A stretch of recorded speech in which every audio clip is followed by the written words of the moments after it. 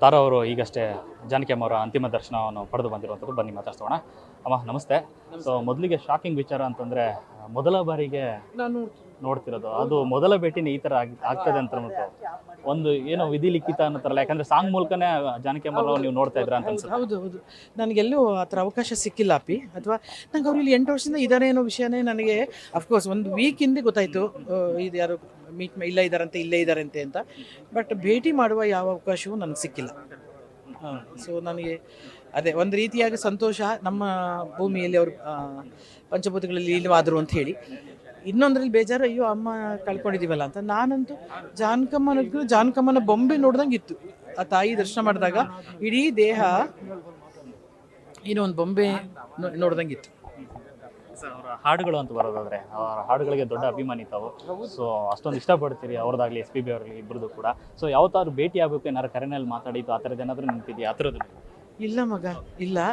But ನಾನು SPB ಅವ್ರ ಜೊತೆ ಆ್ಯಕ್ಟ್ ಮಾಡಿದ್ದೀನಿ ಸಿನಿಮಾಗಳಲ್ಲಿ.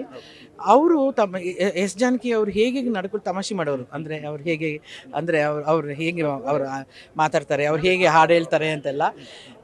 ಇವರು ಹೆಣ್ಣ ಧ್ವನಿಯಲ್ಲಿ ನಮಗೆಲ್ಲ ಹಾಡು ಹೇಳೋರು ನಮಗೆ ಬ್ರೇಕ್ ಟೈಮಲ್ಲೆಲ್ಲ.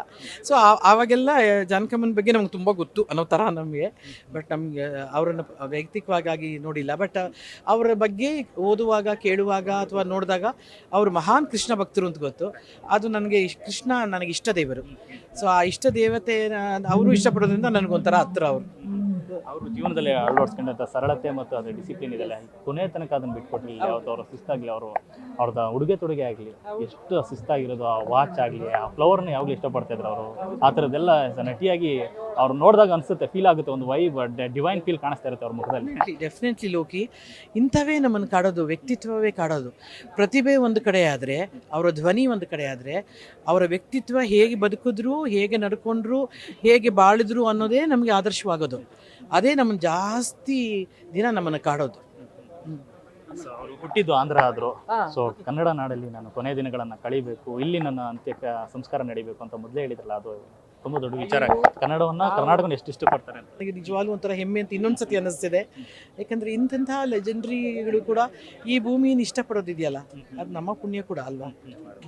SPB ಅವರು ಮತ್ತು ಜಾನಕಮ್ಮ ಅವ್ರನ್ನ ಇಬ್ಬರನ್ನ ಕಾಂಬನ್ನ ಇಷ್ಟಪಡ್ತಿದ್ದೆ ಯಾವಾಗಲೂ. ಸೊ ಅವರು ಹೋಗೋ ಒಂದು ಮಾತು ಹೇಳಿದ್ರು, ನಾನು ಮುಂದಿನ ಜನ್ಮನ ಕರ್ನಾಟಕದಲ್ಲಿ ಆಗಬೇಕು ಅಂತ. ಇವರು ಇಲ್ಲೇ ಕೊನೆಯಾಗಿ ಹೋಗ್ತಿರುವಂಥದ್ದು ಲೀನ್ ಆಗಿ ಅಲ್ವೇನೋ ಏನೋ ಅವರಿಬ್ಬರು ಬರ್ತಾರೆ ಬಿಡು ಇನ್ನೊಂದ್ಸತಿ.